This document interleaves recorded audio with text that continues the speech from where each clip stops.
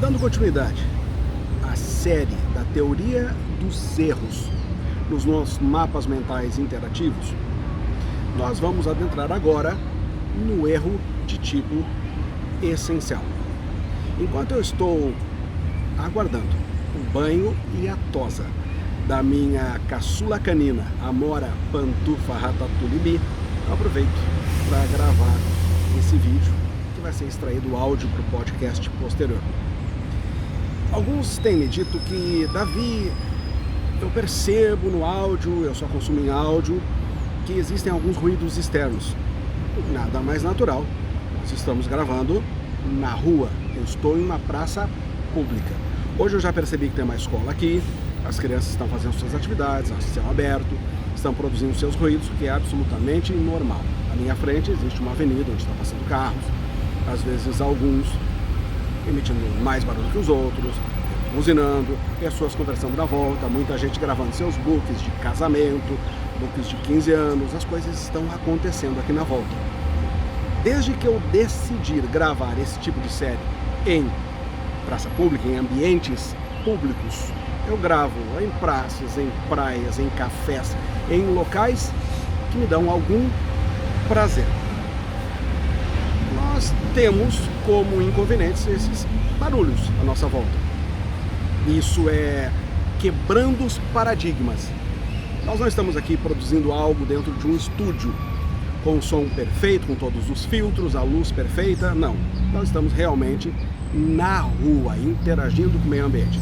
Como eu gostaria de ter um espaço em que nós pudéssemos ter aulas sentados na rua, sem a luz artificial, sem ar-condicionado, de chinelo de dedo, pés na grama, os nossos pets correndo na volta e a coisa acontecendo. Claro, sem esses ruídos dos carros e das pessoas conversando, seria, para mim, algo muito prazeroso. Mas enquanto eu não consigo propiciar isso a todos, pelo menos eu tenho um pouquinho de prazer para gravar esses vídeos e áudios. Então, você sempre vai notar pessoas falando à volta ou ruídos diversos. Eu estou ouvindo agora até passarinhos cantando e isso é impagável. Para mim isso é impagável, me dá uma satisfação gigantesca e me dando prazer, a produção termina sendo melhor. Se você não assistiu o primeiro vídeo, não ouviu o primeiro áudio acerca da teoria dos erros, em que nós fizemos uma contextualização, como são os erros, como são os tipos penais, eu sugiro firmemente que você pause esse vídeo áudio e volte lá. Porque essa é uma série que, se você perder algum episódio, corre o risco de perder o todo. É um tema bastante complexo e o raciocínio vai em um crescente. Dito isso, nós entramos na primeira modalidade de erro. Erro de tipo. Você sabe que o erro de tipo pode ser essencial ou acidental. Nós vamos tratar aqui especificamente do erro de tipo essencial, ou seja, aquele que recai sobre elementos essenciais do tipo. Nós sabemos que um tipo penal pode ser incriminador ou não incriminador. E quando ele for incriminador, ele pode ser incriminador proibitivo ou mandamental. O que quer dizer? É possível que o tipo incrimine uma conduta através de uma proibição. Quando nós temos o tipo de homicídio, atrás da conduta descrita no artigo 121 tem uma proibição: não matarás. Quando nós estamos estudando o crime de omissão de socorro, por exemplo, nós verificamos que atrás daquele tipo incriminador que incrimina uma conduta, existe um mandamento, existe uma ordem, que nós socorramos as pessoas que precisam socorro. Então, tenha em mente preliminarmente que esse erro que nós vamos estudar aqui é só o erro de tipo essencial incriminador, que recai sobre um tipo proibitivo ou mandamental. Nós vamos ter um próximo vídeo para tratar de um erro de tipo essencial não incriminador, ou seja, aquele que recai sobre um tipo permissivo, como é o caso, por exemplo, da legítima defesa. Precisamos ter também em mente, antes de dissecar esses tipos, as consequências penais para essa espécie de erro de tipo essencial. Se nós constatarmos que aquele erro for invencível, inevitável, assim entendido, qualquer pessoa naquelas circunstâncias também incidiria em erro, nós podemos considerar que esse erro é excusável, é perdoável, perfeitamente compreensível. Se eu e tu, nós, eles, vós, eles, se nós todos incidíssemos naquele erro, significa que é possível que nós perdoemos aquela conduta, que nós expliquemos aquela conduta, justifiquemos aquela conduta. Ou seja, ocorre aqui o afastamento do dolo e da culpa. E se afastarmos dolo e culpa, não teremos responsabilidade penal, porque nós adotamos no Brasil a modalidade de responsabilidade penal subjetiva, ou seja, pela verificação de dolo ou de culpa. Agora, diferentemente, se constatarmos que aquele erro for vencível, ou seja, evitável, se o agente tivesse um pouquinho mais de cautela, não teria se enganado, não teria errado, nós vamos ter o afastamento do dolo, afinal das contas ele não agiu dolosamente buscando aquele resultado. Vamos ter o afastamento do dolo, mas ele poderá ser responsabilizado a título de culpa se houver previsão de modalidade culposa naquele tipo penal. Diante disso, nós podemos examinar agora as modalidades de erro de tipo essencial e incriminador. Dissemos, ele pode ser proibitivo ou mandamental. Vamos pensar no proibitivo. Temos aqui um tipo penal que proíbe uma conduta. Quando nós examinamos o artigo 121 do Código Penal, nós percebemos que ali tem uma proibição, não matar. Quando nós examinamos o tipo penal do tráfico ilícito de drogas, o artigo 33 da Lei 11.343/06, nós percebemos que lá tem proibição de diversas condutas. Temos lá um tipo misto alternativo, ou seja, ação múltipla, conteúdo variado, 18 verbos, ou seja, 18 formas de praticar o tráfico ilícito. Está lá implicitamente a proibição de praticar aquelas condutas. Mas se por engano o agente praticar essas condutas de homicídio ou de tráfico ilícito de drogas, como fica? Como é que nós teríamos aí modalidade de erro? No que diz respeito ao homicídio, o exemplo é clássico. Infelizmente eu não sei quem é o autor, eu gostaria muito de dar o crédito, mas não sei quem é o autor desse exemplo clássico. 2 caçadores vão caçar. Vamos pensar em alguma caça que seja permitiva. A caça, aquela para evitar a ação predatória de animais. Como às vezes nós temos períodos de caça autorizada de javalis no estado do Rio Grande do Sul. 2 agentes vão caçar os javalis que estão atacando o rebanho, já mataram cães, já agrediram pessoas, coisa e tal, coisa e tal. Beleza. Os 2 se afastam, lá pelas tantas, um percebe movimentação, um arma-moi, tá no mato, e ele imaginando que seja um javali que esteja lá, ele mete o dedo no gatilho, dispara e com a 12, ele só percebe movimentação lá, ele acredita que abateu um javali. Ele corre lá e encontra o seu parceiro de caça morto. Por incrível que pareça, nós já tivemos essa situação no Rio Grande do Sul 2 vezes. Joga no Google aí, você vai ver. 2 vezes essa situação. O exemplo saltou dos livros e aconteceu 2 vezes. Numa das hipóteses, até onde eu me recordo na aula, eu trago até aquele recorte, eu faço uma consulta rápida no Google e puxo ali a notícia. O sujeito matou lá o seu primo, o seu cunhado, algum familiar, ele matou. Como é que fica a responsabilidade penal desse agente? Ele vai ser responsabilizado por homicídio pelo 121 do Código Penal? Veja que o erro dele recaiu sobre um elemento essencial de um tipo incriminador proibitivo. Ou seja, alguém. Ele visava os elementos do dolo dele, representação e vontade, estavam vinculados a alguém, mas ele teve um erro de representação. Não era alguém, não era ele não visava alguém, ele visava um animal. Mas ele teve um erro de representação e ele realmente alcançou alguém. Ele queria matar um javali e matou uma pessoa.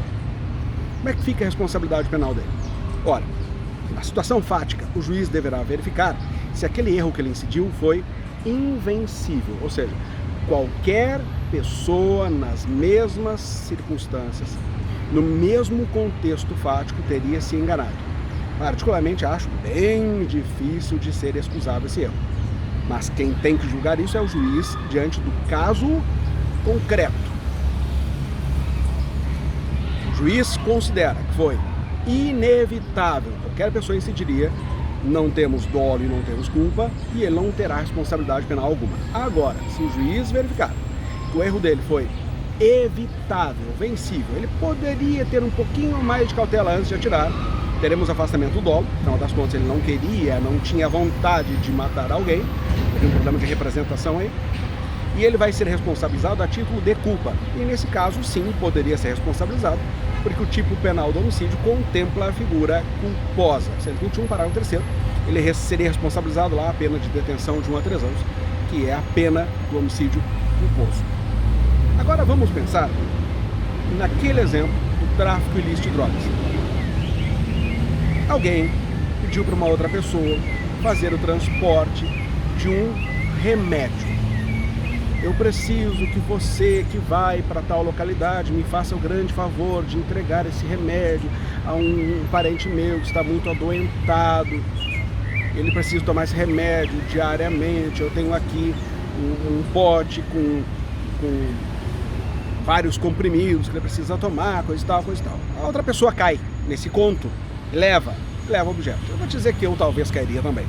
A depender de quem veio o pedido, talvez eu cairia também. Eu vou levar, claro, e vamos ver o que acontece lá na frente. Realmente, quando chega lá no destino, essa pessoa é interpelada por policiais que descobrem que o que tem ali, na verdade, é droga. Vamos pensar alguma droga compatível com aquelas cápsulas. Nós temos um sabiá aqui, bem encantador. Vamos pensar que esteja levando êxtase. Está levando comprimidos, está levando alguma coisa que seja compatível com essa modalidade de droga que fosse em cápsula. No plano fático, ele está transportando. Se a coisa estava no carro dele, estava na mala, estava na bolsa, ele estava transportando droga. Tipo penal, do artigo 33 da Lei de Drogas, incrimina a conduta de transportar, porque existe um comando implícito proibindo essa conduta de transportar droga. Como é que fica a responsabilidade penal dele? Depende. Depende se o erro for invencível ou vencível. Se o juiz constatar que qualquer pessoa, nas mesmas circunstâncias, incidiria no erro, afasta dolo e culpa e nós não vamos ter responsabilidade penal alguma. Agora, se o juiz constatar que o erro foi vencível, nós temos o afastamento do dolo e pode subsistir responsabilidade a título de culpa. Ocorre que o tráfico ilícito de drogas, o artigo 33 da Lei de Drogas, não contempla a modalidade culposa. E nesse caso, se a tese for de erro de tipo, nós teremos o afastamento completo da responsabilidade penal, porque o tipo não contempla a modalidade culposa. Então veja, nós temos aqui a modalidade de erro de tipo essencial, incriminador, proibitivo e mandamental. Mandamental pode ser aquele tipo que determina a prática de uma conduta. Lá no proibitivo eu te mostrei duas hipóteses: homicídio e tráfico ilícito de drogas. E aqui, no mandamental? Mandamental, nós temos um mandamento, uma ordem. Você tem que fazer isso. Se você não fizer isso, você vai ter responsabilidade penal. Onde nós teríamos um tipo mandamental? Nós teríamos, por exemplo, lá no 135 do Código Penal, na omissão de socorro, nós temos uma ordem para que socorramos alguém. Lá no 13, parágrafo 2º, nós temos pessoas que têm obrigação de agir. Quando nós temos um tipo genérico que impõe a todos a obrigação de agir, como a omissão de socorro? Existe uma cláusula de obrigação genérica e a pessoa não pratica aquela conduta? Nós chamamos aquele crime de omissivo próprio, omissão própria. Porque o agente responde pela própria omissão, pela omissão de socorro em si.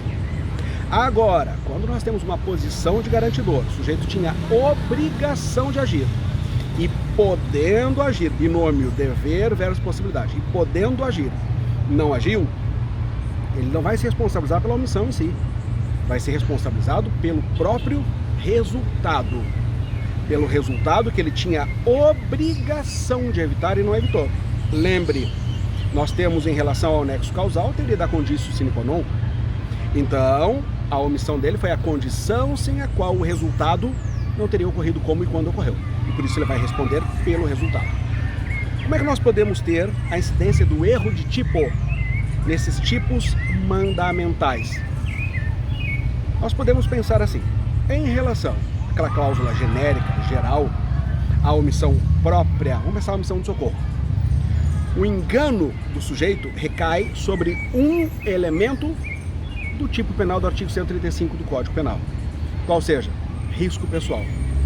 Lá está escrito, deixar de prestar assistência sem risco pessoal. Então, o sujeito realmente se depara com um acidente, vou pensar, um acidente de carro, e ele não socorre. Nós fizemos uma intervenção, nós paramos ele, perguntamos por que ele não parou para socorrer, e ele diz, eu não parei porque certamente o carro explodiria e eu morreria junto. Eu já vi muitas vezes isso na televisão, que quando um carro bate de frente assim numa árvore, ele explode em questão de segundos. Por isso que eu saio o mais rápido possível ali. Ele imaginava que estava diante de um elemento essencial do tipo risco pessoal. Como é que vai ficar a responsabilidade penal dele? Depende. Se nós considerarmos que aquele erro dele foi invencível, inevitável, qualquer pessoa nas mesmas circunstâncias incidiria naquele erro, nós vamos afastar a responsabilidade de dolo e culpa. Agora, se nós constatarmos que o erro era vencível, era evitável, embora afaste o dolo, ele pode ser responsabilizado a título de culpa. Mas você sabe que o crime de omissão de socorro não contempla a modalidade culposa. Então, se a tese defensiva em relação a não ter socorrido for a de erro de tipo e ela for aceita, ele não terá responsabilidade penal alguma, porque mesmo que vencível esse erro, o tipo penal não prevê modalidade culposa na omissão de socorro. Agora, como é que nós teríamos um erro de tipo que recaísse sobre um crime omissivo impróprio, ou seja, da figura do garantidor? Aqui, a doutrina diz que nós vamos ter um erro de tipo aí quando o sujeito que é obrigado a agir se engana em relação à identidade da pessoa com quem ele era obrigado. Ele foi contratado, por exemplo, para fazer a segurança de uma certa pessoa. E aí, quando se estabelece a confusão completa, ele realmente protege uma pessoa, mas protege a pessoa errada, por conta da fisionomia muito parecida. Nós temos aí um erro sobre a identidade da pessoa com quem ele era obrigado a agir. E aí, em relação às consequências, nós caímos novamente lá naquela hipótese. Vamos pensar que a pessoa que ele deveria proteger terminou sendo morta. Ora, quando alguém que tem obrigação de evitar a morte não evita, ele responde por homicídio, pelo resultado, por homicídio. Como é que ficaria a responsabilidade penal dele nesse caso, já que ele se enganou sobre a identidade? Ele realmente salvou uma pessoa muito parecida com aquela que ele foi contratado. A resposta, de novo, é depende. Se o erro dele for considerado invencível, se o juiz, o promotor, se convencesse que a pessoa que ele socorreu realmente era muito parecida com aquele que ele era obrigado, teremos o afastamento do dolo e culpa, ele não vai ser responsabilizado por nada.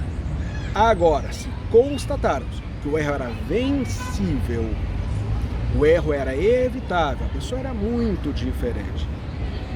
Embora se afaste o dolo, essa omissão não foi dolosa, ela foi culposa. Ele vai responder a título de culpa. E nós temos previsão, sim, de modalidade culposa lá no homicídio. Então, nós examinamos nesse episódio, que já chega a 20 minutos, o erro de tipo essencial. E o erro de tipo essencial pode ser incriminador e não incriminador. Nós examinamos só o incriminador. Incriminador proibitivo e o mandamental. E vimos que as consequências são sempre as mesmas. Se o erro for invencível, afasta-se dolo e culpa. Mas se o erro for vencível, afasta-se o dolo e o agente responde por culpa se houver previsão de modalidade culposa. Você percebeu que são muitos detalhes. Se nós nos perdermos no meio do caminho, é possível que nós percamos toda a compreensão. Para esse monte de carros passando, esse monte de gente circulando à minha volta, às vezes não é fácil de manter a concentração. Você acabou de ver no vídeo atrás de mim os moleques lá fazendo graça.